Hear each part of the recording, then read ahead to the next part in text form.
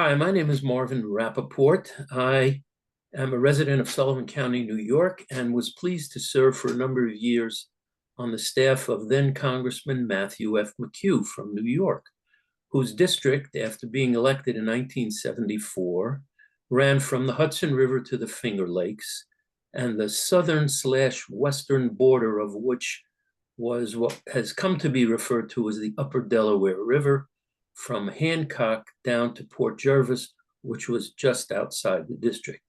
I'm delighted to have the opportunity today to visit with my former boss and to learn a little bit about how the Upper Delaware River was designated for federal protection. And that would be former Congressman Matthew McHugh. Matt, how are you today? I'm good, Marvin. Thank you very much. I'm glad to do this. This legislation we're going to talk about was one of the highlights of my 18 years of service in Congress, and you were a very important part of getting the legislation put together during this period. It was early in my time of Congress, and it was one of the important things that I think we did in the early years. So I'm happy to talk about it. Great. The pro forma part is we're going to make a recording today, which we hope will be used by the National Park Service and other individuals for research purposes. And I want to be sure that you're okay with that happening. We have your permission? Yes, indeed. Okay, great. So when did you first hear about or think about the concept of putting this portion of the Delaware River that runs through along your district into the federal system of protection, which is known as the Wild and Scenic Rivers Act? Well, as you said, when I was first elected in 1974, I came from Ithaca, New York, which was at the northwestern corner of our large district. It went from, as you say, from the Hudson River all the way up to the Finger Lakes. It was about the size of Connecticut geographically. And so I had a lot to learn about the district that was outside of Ithaca, New York. And early on, I had many town meetings. In fact, throughout my congressional career, I held town meetings, and it gave me an opportunity to get to know the communities very well and the people there. And so during the course of my early time, I met many people in Sullivan County, and in particular, in this case, along the Upper Delaware River. And it was obvious that the Delaware was a very special resource. It was a pristine river, relatively rural, and had a certain culture of its own, which was worth protecting. The river itself was so special that it seemed to many of us that protecting that river from future despoliation or incursion of large populations was worth doing. And specifically, we were within fairly easy reach of large population centers like New York City and Philadelphia. And so the prospect of seeing a lot more use of this river and the possibility of spoiling the rural nature and specifically the value of the river was important. Nationally, we have legislation and have had legislation on the books for some time called the National Wild and Scenic River Act, which is designed to protect these kinds of resources like the Upper Delaware. And I started talking about that kind of thing in our local communities. And what became very evident was there was a great deal of skepticism and indeed opposition on the part of a local community people to having the federal government come in its traditional way and just take over the river and the river corridor, the land surrounding the river. And so we began to think about how could we protect the interests of local communities and local residents and their concerns about maintaining the quality of the culture there without having the federal government have complete control. And that was the genesis of our looking into developing this kind of legislation, which was rather unique because previously, in any national wild and scenic river situation, the national government would simply come in and unilaterally take over under the legislation total control of the river and the surrounding corridor and communities. And so we realized that that would not be feasible, politically at least, in our areas of the Upper Delaware. And that's why we began to look at very specific ways of protecting in our legislation those local community interests. Were there other bills that were introduced, Matt, earlier than when you got there? Yes, there were a number of bills introduced before I got there, one of which was introduced, I think, by Ben Gilman, who was a friend of mine who represented the district just south of Sullivan County in Orange County. And Orange County was in his district, and it was one of the 3 counties in New York that was along the Upper Delaware River. I represented actually three counties, Sullivan County, Delaware County, and I guess that was it. Those 2 counties. Yeah, the Orange had just that portion by Port Yeah, Orange County had a small portion. The Upper Delaware was about 75 miles of river and surrounding countryside.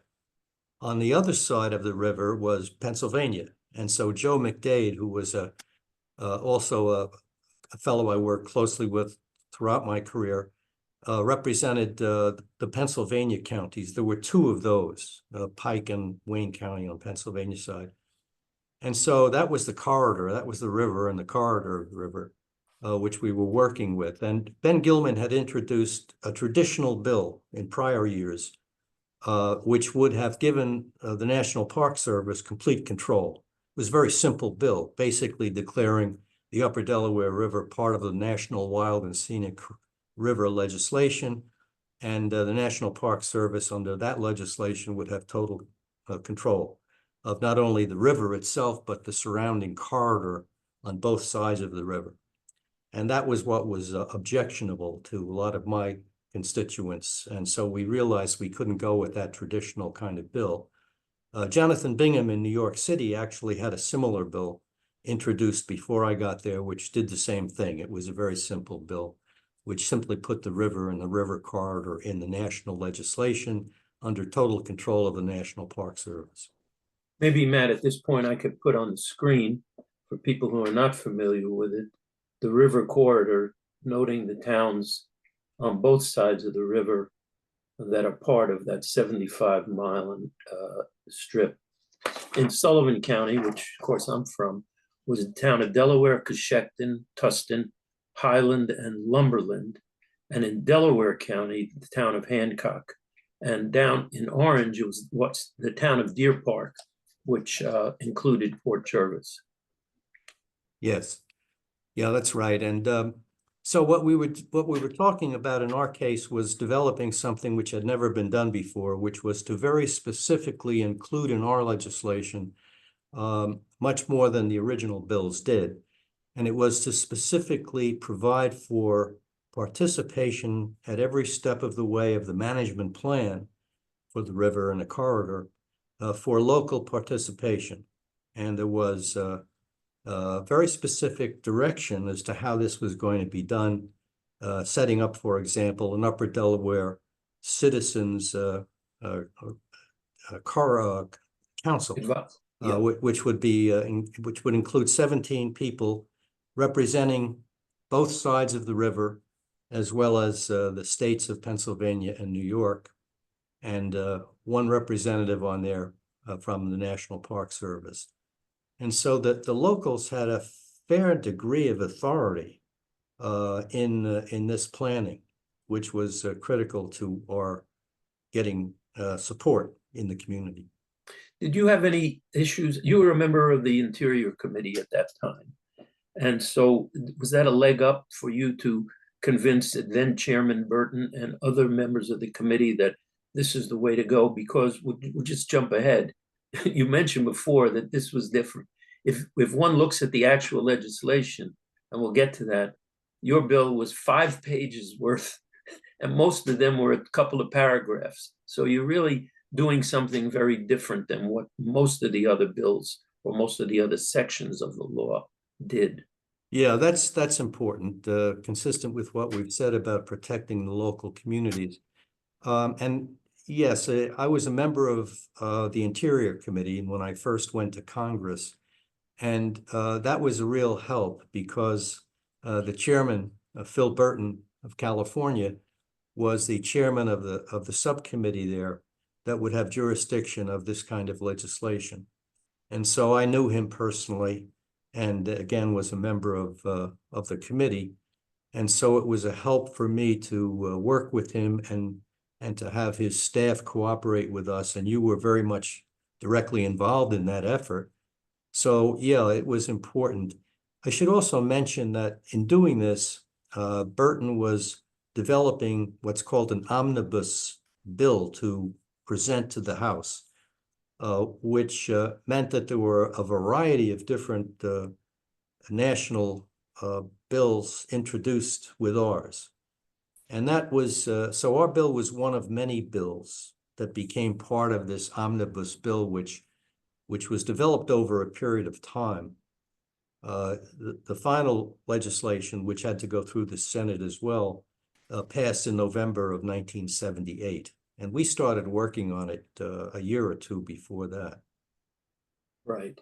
Might be appropriate to mention now some of the provisions of the bill without getting into all the details, but just for our listeners, it coordinated at all levels of government, the state, federal, and local, provided technical assistance to political subdivisions.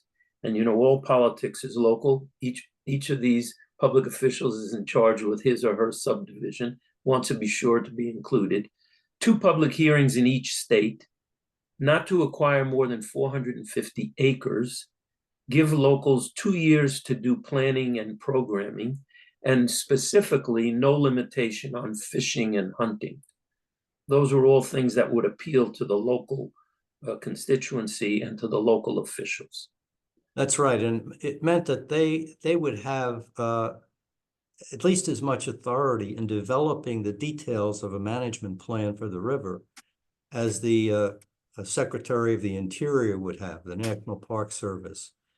And that was really important. And that was the unique part of our bill. As you say, it limited the amount of land that the Park Service could acquire under the bill, which was also unique because in other cases before ours, the National Park Service, the federal government, could come in and just purchase up a lot of private land on both sides of the river. And here we limited the power of the federal government to do that, and specifically said the purposes for which it could be done, which were, which were very consistent with protecting the local people and the businesses there, and the practices, because this was basically a rural area, which made it one of the reasons that the river corridor was so attractive. And the culture of hunting and fishing was very important. So all of this needed to be protected, and the bill specifically mentioned those protections as well as the participation guaranteed to the local people. Matt, I probably should have mentioned as well the townships on the Pennsylvania side, which were in that map that I showed. Buckingham Township, Manchester, Damascus, Berlin, Lackawaxen, Shahola, and Westfall, all towns on the Pennsylvania side that would be impacted by this as well. Congressman, it's one thing to come up with technical details for legislation, but that doesn't necessarily mean that your ideas are going to be passed into law. One of the critical things is to make sure that your constituents are on the same page that you're on. And I remember going with you to a couple or more town hall meetings along the river when this concept was floated, and not everybody who showed up was a happy camper. How did you deal with that kind of anxiety on the part of some, if not outright opposition? No, it was understandable because they conjured up being overrun essentially in terms of how the the river, their communities were going to be managed by the federal government. And so there was a lot of anxiety, if not opposition, to the idea initially on the part of many people there. They recognized that it was important to try to retain and protect the nature of the rural communities and the pristine nature of the river. So they could understand the concept of trying to protect this. They didn't want to lose what they cherished in that area and their homes. And so we didn't have any problem explaining the reason for protection, but it was a question of how it was going to be done and to what extent the federal government would have authority over their communities in ways that they never experienced before. And they conjured up a lot of abuse and insensitivity on the part of the federal government, possibly coming in and paying little attention to their needs and interests. And so the details needed to be really worked out with the understanding of those local community people before we could really seriously propose legislation. We also had to keep in touch closely with our other friends. Joe McDade, as I said, represented the Pennsylvania side of the river, and Ben Gilman represented one of the counties on the south of our district. So they were very supportive, and they worked with us in terms of at least consenting to the kinds of things we were pursuing. We were the prime sponsor, but we needed to have the support of those people who had legitimate interests, as we did, in the work we were doing. And of course, in order to get a bill passed, it has to go through the House and then the Senate.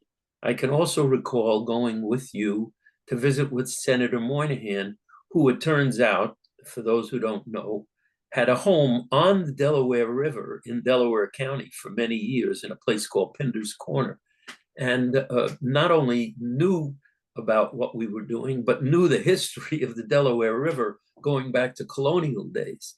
But why don't you tell us about how that went when you went over to visit with him? Well, Senator Moynihan was someone that was easy to work with. And as you said, he had a real appreciation for the value and special nature of the Upper Delaware River because he had a home in that vicinity and was very fond of using the Delaware River himself for recreational purposes. And so he was a strong supporter. And of course, as a member of the Senate and a respected member there, he was very helpful in getting this kind of legislation approved by the Senate. And remember, this was part of a larger bill, which dealt with natural resources all across the country. And so it was a matter of not only getting our particular piece of legislation understood, but in making sure that the larger bill was also supported. So he was very helpful in the Senate in doing this. How about the National Park Service, the Interior Department, what we call the DRBC, the Delaware River Basin Commission? I know we and you had to reach out to each of them to make sure they understood what was being proposed here. Was there some skepticism on their part, or was it fairly smooth in those various levels of government? Well, two things. First of all, the concept of protecting the river and the special nature of the resource and the community surrounding it was very strongly supported by the people that knew about it. Specifically, initially, the New York State people, and I'm sure the Pennsylvania counterparts as well. The Delaware River Basin Commission was part of that asset for us. They were technical people who understood the nature of protection of resources, and they were very helpful to us with the details of how we would develop our legislation. And that became true, of course, as well of the National Park Service staff itself and the staff of the subcommittee that we were dealing with on Interior in the House. It was one thing to have the concept which I was promoting, which was we needed not only protection of the river by the national legislation, but we needed to have the kind of public citizen involvement in the management, continuing management of the river corridor with local people directly involved. That was the unique experience for the Interior Committee and the National Park Service, because that's not how they did it before. And so there was an educational effort of that, but the technical people worked at the state level, the local level, the national level very well. And so we were fortunate to have those kinds of technical people who knew a lot more about how to do this in specific terms than I did. And in fact, you were very much involved with all of that yourself, representing me. So it was a team effort, to say the least, in terms of getting this done. I should put in a plug for the gentlemen that I worked with at the NPS and at the Interior Committee. A couple of fellows named Cleve Pinnix and Ennie Hunkin, who was originally from Samoa and eventually became a delegate to Congress from Samoa. Those two professionals were terrific. And if one looks over the 5 pages of legislation, every comma, every colon, every word is scrutinized carefully to make sure that it reflects both what you intended and what are natural ways to read the language that's in the bill itself. Because as we know, there can be litigation, there could be problems. And we wanted to make sure we had a clear legislative history as to what was intended and to make sure the language reflected that intention. So they were particularly helpful in that regard. Yeah, it's worth mentioning and emphasizing really what you're saying here is that people tend to think of government as something far removed and sort of insensitive to local interests. We had a wholly different experience in this case and in many other cases in Congress, where the technical people, the government professionals, are really invaluable in terms of putting together legislation which makes sense, because they bring to the table a wealth of experience in how this can be done most effectively, and avoid the traps of putting together legislation in sort of an uneducated way, which then creates problems down the road. And I think this is an example of where it was done very smoothly, and it took time. It didn't happen overnight because these details were so important. And in some respects, the education, not only of the people in the local communities that I was dealing with directly in New York, but also with the professionals in government who had not dealt with this kind of detail before in terms of wild and scenic river legislation.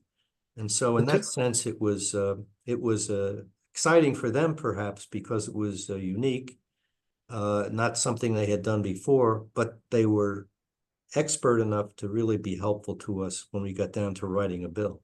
Of course, the term wild and scenic may not be one that's familiar with people from our part of the country. Maybe the rivers that were included further west are more wild, as it were, but very few are as scenic as our Delaware River. For those who are interested, the bill appeared in Public Law 95-625 in Section 704 and runs for approximately 5 pages. Once the bill passed the House and then the Senate, it had to be signed into law by the president. And were you involved at all in the bill signing? I don't remember. Did you end up with a pen? No, I don't think so. Because it was part of this very larger omnibus bill, which included many pieces of legislation. So I think generally speaking, I don't remember specifically, but I think someone like Phil Burton, who was the chairman of the committee in the House, the subcommittee in the House that dealt with this initially with us, and others who had more power than I did initially, they were probably involved more with the public signing than I was. But we were there at the very beginning. It was our idea basically to do it in this way. And it was something that since when I got off the Interior Committee, I went to the Appropriations Committee, and I wasn't as directly involved in this kind of legislation, which, as you said, oftentimes dealt mostly with Western areas, because that's where a lot of the wild and scenic river legislation applied before us. But in any case, it was a great experience for me initially in the Congress to be involved in this. Matt, what did you served until 1992? That's a number of years later. Did you hear much about it as it was being implemented in the years subsequent to its passage? Well, I did hear about how it was being implemented, and my impression from all of that was that it was running pretty smoothly. There were inevitably questions that would arise in the implementation of this, in part because there were so many national, state, and local people involved. And they come at it with different perspectives, perhaps, but the mechanism in the legislation provided for that kind of interchange, and it seems to me to have worked very well, which is a credit to all of the people that were very much involved in this on a day-to-day basis. I was not involved on a day-to-day basis. In fact, that part of my district was redistricted out of my area for a number of years. And so not only did I go from the Interior Committee to the Appropriations Committee, taking me away from that kind of natural resource legislation directly, but my district changed under redistricting plans in New York, so that I didn't represent for that whole period of time. I was there 18 years. I represented that particular river corridor only in the first few years of my representation. But I always had an interest in it, and I always represented part of Sullivan County. And I guess it was Ben Gilman who picked up those Sullivan townships. Anyway, he had an interest in it, and he did. He was very cooperative.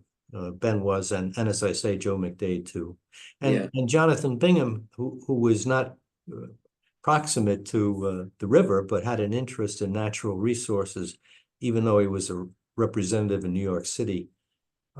He's someone who I kept involved, interested, and he supported it all along. Great.